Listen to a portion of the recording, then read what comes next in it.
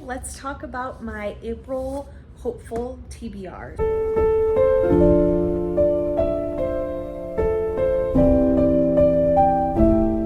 So these are the books that I would like to read in April. I'm a mood reader to my core. However, there is some spring-like books. So this is an April and spring TBR for me. So if I don't read them in April, maybe I'll read them in May. But I just have 4 books that I would love to get to in April before I pick up other random books, because these just scream spring to me in different ways. They're all some are a little bit different than others, but I'm so excited, and hopefully I can read these in April, and maybe you will read alongside me so we can talk about it together in the beginning of May. All right. I am going to start off with, I am currently reading House of Flame and Shadow, Crescent City #3.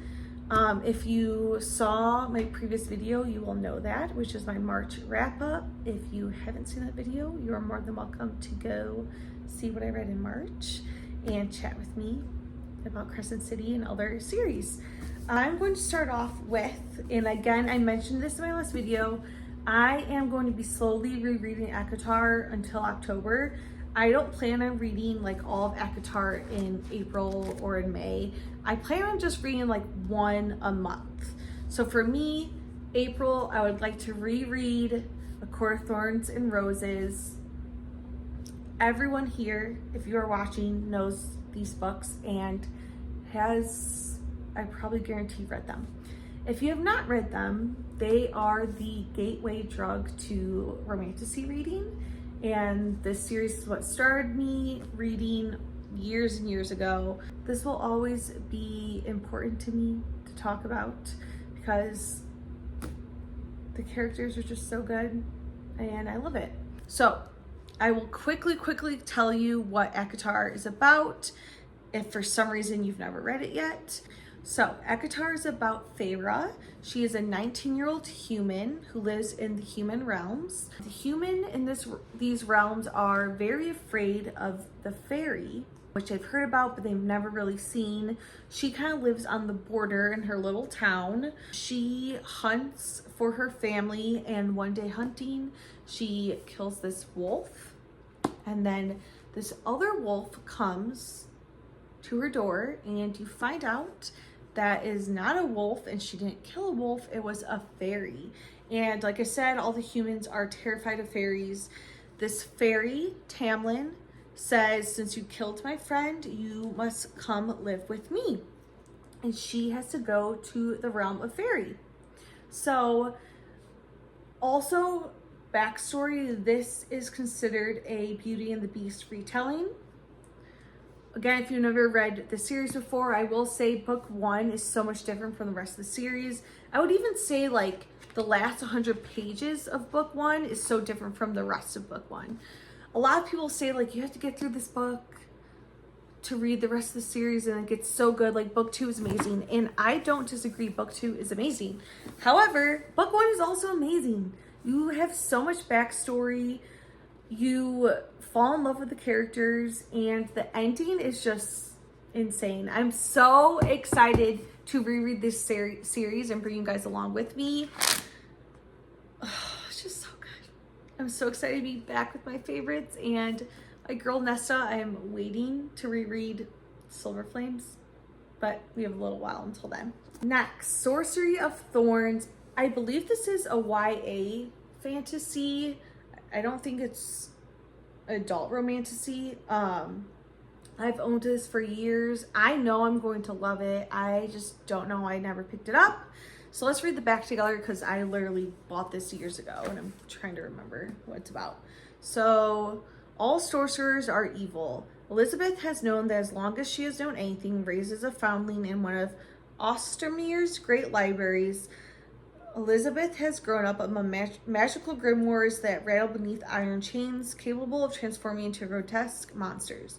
When an act of sabotage releases the library's most dangerous grimoire, Elizabeth is accused of treason with no one to turn to but her sworn enemy, the sorcerer Nathaniel Thorne, and his mysterious servant. She finds herself entangled in a centuries-old conspiracy. Not only could the great libraries go up in flames, but the world along with them. So, magical librarian vibes. I love this. I do still think I'm going to love this book. I am very excited to read it. It just sounds enchanting and great for, maybe like a cold spring night, like a rainy spring night in April. I'll be picking this one up. All right, I have The Rose Bargain by Sasha Payton Smith. I've heard so much about this book. I bought it right when it came out and I just have not picked it up yet. I don't know why, but I think this will be perfect for the springtime. Look how pretty this cover is. It's just giving spring with the flowers and the thorns. I believe this is kind of like a competition book. I'll read the back with you. Oh my God, that's so pretty. Not the back, the inside with you. So, vying for the hand of one brother falling for another. Every citizen of England is granted one bargain from their immortal queen. High society girls are expected to bargain for qualities that will win them suitors. A rare talent for piano in exchange for one's happiest childhood memory. A perfect song for one's ability to taste. But Ivy's debut season arrives with a twist. A competition to marry the queen's fey son, Prince Bram. It's a prize that could save Ivy's family from ruin and free her older sister from the bargain that destroyed her. Yet every glittering fey deal has a rotting heart. And amidst lavish balls, vicious competition, and a dangerous alliance with the prince's rakish younger brother, Prince Emmett, Ivy realizes that at the center of this contest lies a dark plot that could destroy all of England and her heart with it. So it's giving fairy Bridgerton, and Bridgerton is so spring coated. So this will be an April pickup for me. And finally, my next April hopeful is going to be Wolfworm by T. Kingfisher. I follow Ellen I subscribe to Ellen on YouTube, and she had the arc of this and read it months ago. And ever since she read it, I was like, I think I'm going to love that. I have not read a T. Kingfisher book at the time. And I was like, why have I never picked up one of her books? I did read Nettle and Bone, which I've talked about, and I did like it. It's just a fast fantasy read. I listened to it actually, and it was pretty good. I just wanted more with my story, so maybe it was a little bit too short. However, this one sounds so good, and you're probably like, Hannah, this kind of sounds like a horror a little bit. What does this have to do with spring? I think like plants and little insects is so spring. Like not everything is fairies, and that's okay. So I'm so excited to pick this one up. Let's read about it together. I saw the devil in these woods. Oh, I'm so excited. All right. So Wolfworm. Sonia Wilson is a talented scientific illustrator, but only able to follow her dream because of her father's reputation as a renowned scientist. And after his death, she is left without work, prospects, or hope. Such is a lot in life for a woman in science in 1899. So when the reclusive Dr. Helder offers her a position illustrating the vast collection of insects, Sonia jumps at the chance to move to his North Carolina manor house and put her talents to use. Once there, though, she encounters dark happenings in the Carolina woods and even darker questions. What happened to her predecessor? Why are animals acting so strangely? And what is behind the peculiar local whispers about blood thieves? With the aid of the housekeeper and a local healer, Sonia discovers that Halder's entomological studies have taken him down a twisted road. His groundbreaking discoveries come at a cost, one that Halder is paying with human flesh. If Sonia can't find a way to stop the monstrosity, she may be next under the knife. So I know this isn't my usual romantasy. I want to get back into horror.